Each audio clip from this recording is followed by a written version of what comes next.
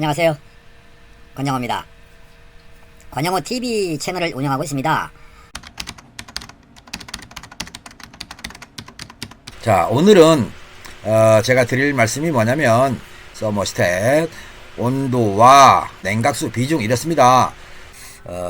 본 동영상을 통해서 혹시 부족한 게 있었다면 제가 운영하고 있는 홈페이지 방문하셔서 한번 보시는 것도 좋겠다는 말씀을 드립니다. 위에 있습니다. 위에 여기 주소 있죠. 여기에 나와 있습니다. www.kapro.co.kr입니다. 코리아, 한국에서 자동차를 제대로 정비하는 사람들, 이런 뜻으로 kapro.co.kr 홈페이지를 운영하고 있습니다. 지난 4번째에 걸쳐서 설명드렸던 내용 다시 한번 제목이라도 짚고 넘어가겠습니다. 첫 번째 시간에 사계절용 냉각수, 이 자동차에 들어있는 냉각수가 사계절용이 아니다 라는 말씀을 드렸고요. 냉각수가 계절별로 좀 달라져야 된다. 무슨 말이냐, 봄, 여름, 가을, 겨울 이렇게 4계절로 나눈다고 했을 때 봄용, 여름용, 가을용, 그리고 겨울용으로 이렇게 구분해서 최소한 1년에 2번 정도는 냉각수 비중을 건드려 줄 필요가 있다. 냉각수 비중을 건드리는 데 있어서 더 중요한 것은 유동성, 흐름이 좋은 냉각수여야 한다. 그러니까 냉각수 속에 어떤 이물질이 있거나 그러면 안 된다는 뜻입니다. 유동성이 나쁜 냉각수가 지금 들어있다라고 하는 걸 강조했었고요.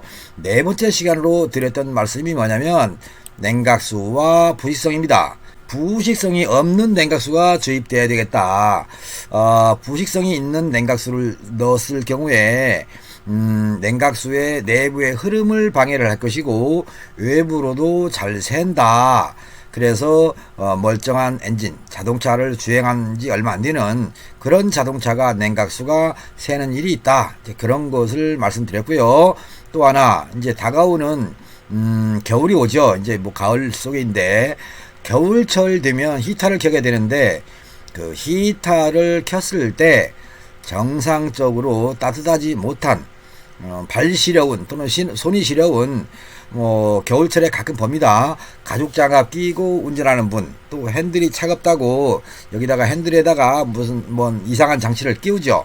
스펀지로 된 걸 끼우고 고무로 된 거 끼우고 그다음에 털로 된 걸 끼우던데 굳이 이렇지 않아도 된다. 그러려면 히타 코어라고 하는 거 지금 보여드리는 거, 이 히타 코어가 정상적으로 물이 순환될 수 있어야 된다. 그런데 순환이 안 된다. 이쪽 내부를 보면 상당히 막혀있는 모습이 보이죠.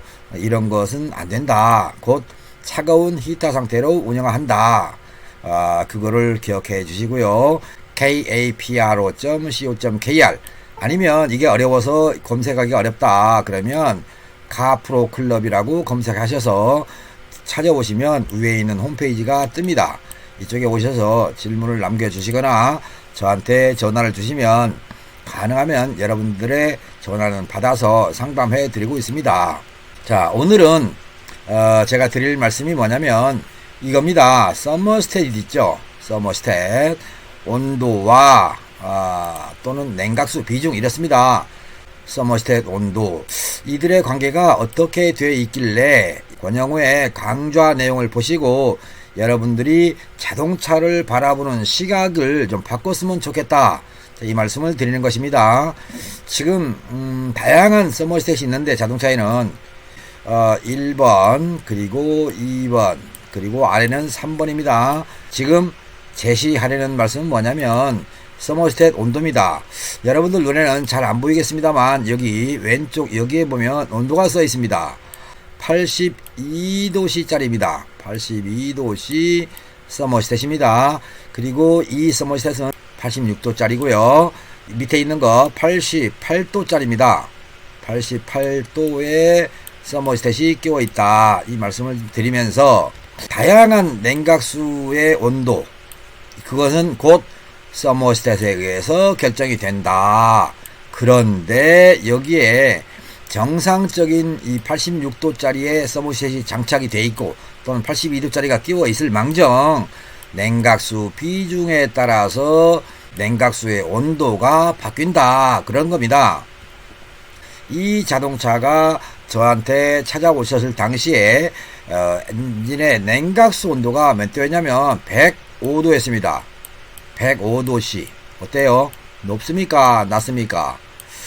86도짜리 서머셋이 끼어 있는데 실제 냉각수 온도는 105도씨였다. 너무나 차이 나죠? 82도짜리 서머셋이 끼어 있는 자동차 같은 경우에 저를 찾아오시는 분들을 보면 95도씨 나옵니다. 서머셋이 요구하는 온도보다 높다. 곧 82도짜리 서머셋이면요 82도 내외에서 움직여야 된다는 얘기예요. 그런데 95도짜리를 보여주고 있더라. 이렇게 높은 온도를 보여주고 있다는 얘기는 그 이면에 뭐가 있냐면 바로 냉각수 비중이란 뜻입니다. 냉각수 비중. 그러니까 냉각수가 비중이 얼마나 중요한지 이거를 아실 수 있는 거죠. 내 차에서 원치 않는 증상, 나는 아무 이상이 없는 것 같은데 자동차를 몰고 나가면 뭔가 무겁다, 연비가 나쁘다, 소음이 크다, 힘도 없다, 어떤 이런 것들을 느끼세요. 그러면 여러분들은 늘 뭘 손대냐? 정화장치만 손대는 거예요. 그리고 뭐 주기적으로 갈 게 없는가 생각하게 되고 또 그 다음에 궁예지책으로 하는 것이 엔진오일이죠. 엔진오일과 정화장치가 무슨 죄가 있다고 냉각수 하나만 건드려도 해결될 문제를 여러분들은 무심코 넘기느냐 이 말씀을 드리는 것입니다. 이렇게 서머셋과 냉각수 비중은 중요합니다. 그런데 중요하게 여기지 않는 이유, 여러분들의 자동차를 정비해 주신 정비사님이 냉각수의 비중의 중요성을 모르거나 서머셋 온도가 몇 도짜리가 내 차에 끼어 있는지를 모른다든가 또 실제 냉각수 온도가 막 100도를 넘어가고 95도를 넘어가고 별로는 여러분들의 자동차에 대해서 소상하게 알지 못하는 곧 엔진 내부의 구조를 모르기 때문에 그래서 여러분들이 하소연하는 고충을 해결하려고 하지 않는 겁니다. 아니 해결을 못하는 것입니다. 서머셋이 잘못됐나 냉각수가 잘못됐나 아니면 두 개가 서로 매칭이 안 되는가 뭐 그거를 좀 파악하려고 해야 되는데 그렇지 않다는 겁니다. 저는 답답해요. 그래서 여러분들한테 이런 말을 언제쯤이나 전할 수 있을까 라고 항상 늘 고심했는데 다행스럽게 저를 찾아오시는 분들에게만 이런 정비의 혜택을 드릴 수 있었고요. 또 하나 우리 카프로 클럽의 정비샵으로 가시는 분들은 모두가 다 혜택을 보십니다. 그런데 카프로 클럽과 관련이 없는 정비업체를 가시는 분들, 지금 이 영상을 보시는 분들은 대부분은 시달리는 고충 하나 있죠. 노킹입니다. 노킹. 가장 많이 하소연하는 게 노킹입니다. 노킹을 해결하기 위해서 별의별 정비를 다 합니다. 그리고도 안 됩니다. 그래서 자문을 구하죠. 여기저기다가. 그랬더니 뭐라 그래요? 이 사람은 고급 휘발유를 써봐라. 이 사람은 다른 휘발유로 바꿔봐라. 이런 식이죠. 고급 휘발유를 쓸 것이냐 다른 휘발유를 쓸 것이냐 아니에요. 무슨 회사에 가솔린은 옥탄가가 높다더라. 그래서 그거를 써보고 있다. 그런데 옥탄가가 높으면 연비가 떨어진다는 건 아십니까? 연비요. 아니 생각해보세요. 옥탄가라는 개념이 뭔지조차도 모르시는 분들이 고급 휘발유를 쓰라고 하는 겁니다. 옥탄가는요 뭐냐면 연소 억제제입니다. 스파크 플러그를 통해서 불꽃을 발생시켰을 때 내부에 압축되어 있는 혼합가스가 뻥 하고 터져야 됩니다. 그런데 그 터지는 순간에 100% 연소가 아니라 80% 70%로 줄어든다는 얘기입니다. 그래서 노킹은 사라질지언정 연료가 많이 먹는 거죠. 그렇지 않습니까? 100% 연소를 시켰을 때 가령 1리터를 가지고 10km를 간다. 그런데 80%를 밖에 연소를 못한다. 그러면 1리터 가지고 8km밖에 안 가는 거예요. 그러니까 연소 분량에 의한 연비 하락을 감수한다면 냉각수 정비나 서머스탯 정비를 포기하시고 고급 휘발유를 넣으십시오. 돈이 많으시다면. 그렇지 않다면 저는 반대입니다. 내 자동차가 고급차에서 고급 휘발유를 쓰겠다라고 하는 분이라면 내가 할 말 없어요. 그런데요, 아무리 고급차도요, 보통 휘발유를 사용하면 연비가 훨씬 좋습니다. 그렇다고 노킹이 난다? 노킹은 바로 이걸로 해결하는 거예요. 냉각수 비중과 서머스탯으로 정비하는 건데 이것을 방치하지 말아라. 곧 제가 말씀드리는 거, 오늘의 요지가 뭡니까? 서머스탯과 실제 온도, 그러니까 실제 엔진의 온도와 그 다음에 서머스탯, 그 다음에 냉각수 비중, 이것이 서로 조화를 이루지 못하면 실제 온도는 높을 수밖에 없다. 그래서 여러분들이 또 하나 하는 정비 있죠? 엔진 온도가 높은 것 같아. 그래서 냉각이 잘 안되나 해서 뭘 달죠? 팬을 달죠. 현재 장착되어 있는 팬보다 조금 더 큰 걸로 달려고 하거나 팬이 노후돼서 엔진을 냉각시키지 못하나, 이런 거예요. 여러분, 이렇게 생각하십시오. 여러분의 체온이 36.5도예요. 36.5도인데 내 속에서 열이 난다고 옷을 벗을 수는 있어요. 근데 벗어도 37도, 38도가 되면 그 열은 감당이 안 돼요. 순환계통에 문제가 있으면 체온이 높아집니다. 곧 어느 순환계통, 내 몸의 순환계통 어디가 문제가 있는가를 찾아서 그쪽에 순환이 잘 되게 하면 체온이 내려가는 거예요. 마찬가지로 자동차의 내부에 있는 오일 또는 냉각수, 서머스탯, 이런 것들이 냉각을 잘 시켜주더라도 공연비 희박 조건에 의한 연소가 된다면 엔진의 온도 상승은 불을 보듯 뻔한 겁니다. 다시 말씀드려서 엔진의 온도는, 실제 온도는 냉각수 비중에 의해서 달라진다. 서머스탯에 의해서 달라진다. 그리고 공연비 희박입니다. 공기와 연료의 비율이 14.7대 1의 비율로 연소가 돼야 되는데 그렇지 못하면 엔진 내부의 폭발 온도가 높아져서 엔진의 주변을 감싸고 있는, 돌아다니면서 열을 빼앗아가는 냉각수의 온도가 높아진다. 그러면 냉각수가 온도가 높아지는데 빨리 라디에이터로 넘어갈 수 있도록 해줘야 돼요. 근데 그것이 안 돼. 뭐 때문에? 바로 여기 서머스탯이죠. 지금 여러분이 보고 있는 이 서머스탯 때문에 냉각수가 엔진 내부에 정체하고 있다. 많이 정체하면 정체할수록 어떻게 돼요? 엔진 내부의 온도는 뜨겁겠죠. 그런 겁니다. 그래서 이 서머스탯과 그리고 냉각수 비중, 그리고 지난 시간에 말씀드렸던 유동성이 좋은 냉각수 내부에 스케일이 없어야 되겠다. 뭐 그런 거죠. 그 다음에 이물질이 없어야 되겠다. 이런 것들이에요. 이런 것들이 잘 조화를 이룰 때 그 비로소 여러분 자동차의 엔진은 정상적인 온도 속에서 가동을 하는 것이고 연비도 좋아지고 소음도 줄어들고 힘은 힘대로 나고. 제가 하나 말씀드려 볼까요? 몇 년 전입니다. 1500cc 자동차를 가지고 방문하셨습니다. 그분이 고통을 겪어요. 그분이 방문했던 목적은 가다가 정차하는 순간 시동이 꺼지는 거였어요. 그래서 산수세서 파형으로 진단해서 정비를 했어요. 그리고 나서 스캐너를 걸고 쭉 훑어보니까 냉각수 온도가 높아요. 그래서 냉각수 온도의 조절 정비를 하는 그런 정비를 했어요. 그리고 이 자동차를 출고시켰습니다. 그런데요, 어떤 줄 아십니까? 이분이 사는 지역이 좀 시골 길이었나봐요. 다른 때보다 차가 잘 나간다 이런 생각을 못하고 엑셀을 밟았어요. 그런데 논 속으로 빠져버렸어요, 이 자동차가. 그래서 어떻게 해요? 시골은 왜 경운기 있지 않습니까? 경운기를 이용해서 자동차를 끌어내서 세차도 하고 운행을 했는데 그 다음날 저한테 찾아오셨어요. 아니 1500cc가요 2000cc만큼 힘이 나요. 어저께 정비한 게 그렇게 좋은 겁니까? 이렇게 물었어요.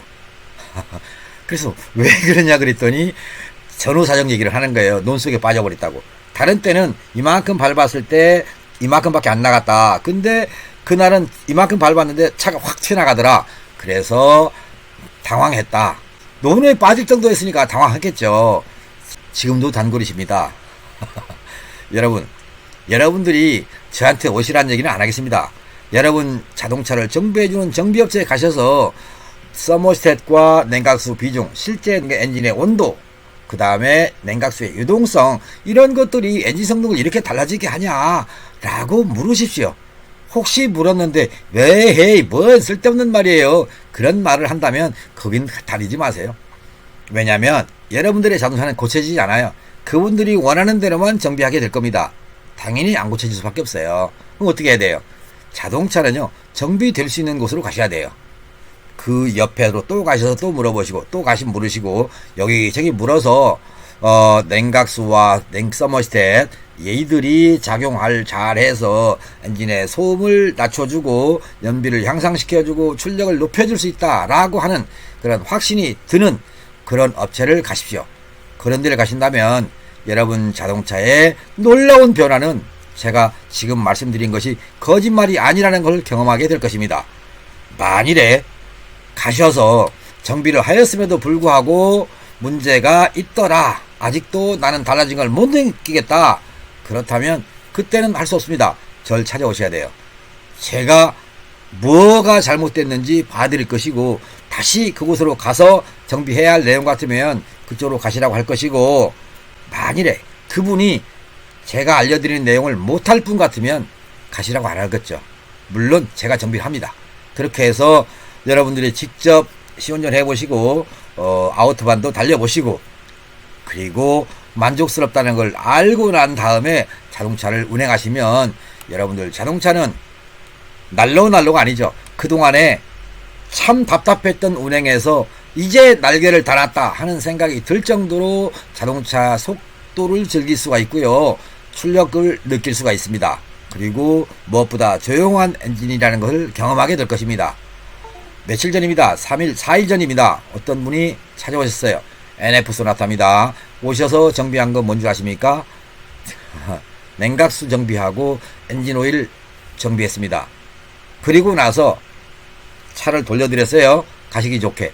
그랬더니 차가 갑자기 조용해졌는데요. 그래요. 그게 바로 뭐겠습니까? 정비에 달라진 변화죠. 정비는 즉시 나타나는 것입니다.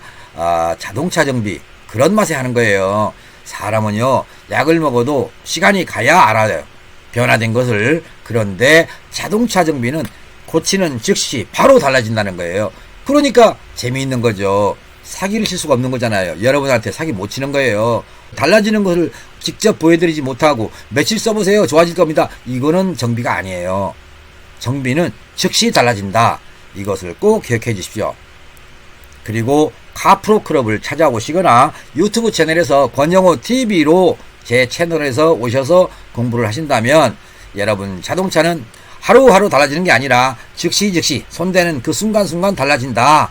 그리고 내가 지금까지 답답한 자동차를 운행했던 세월을 후회하게 될 것입니다. 부디 여러분들 마음속에 와 닿을 수 있는 그런 강의를 제작하겠다는 심정으로 늘 임하고 있습니다. 여러분, 마음에 와 닿는지 안 닿는지는 정비를 해보셔야 되겠죠. 정비를 해보시고도 마음에 와닿지 않는다면 저를 찾아오시라, 이 말씀이에요. 여러분, 분명히 말씀드리건데 좋아요, 그리고 영상 하단 왼쪽에 영상 하단에 보면 구독이라고 되어 있습니다. 구독 버튼을 눌러주십시오. 그러면 힘이 날 겁니다. 그 힘으로 저는 또 하루의 밝은 햇살을 맞이할 것입니다. 그리고 또 하나, 새로운 영상을 제작해서 여러분께 선보여 드릴 준비를 할 것입니다. 권영호를 기억해 주신 여러분 감사합니다. 오늘 또 즐거운 또 보람있는 하루를 기원합니다. 바이바이, 안녕.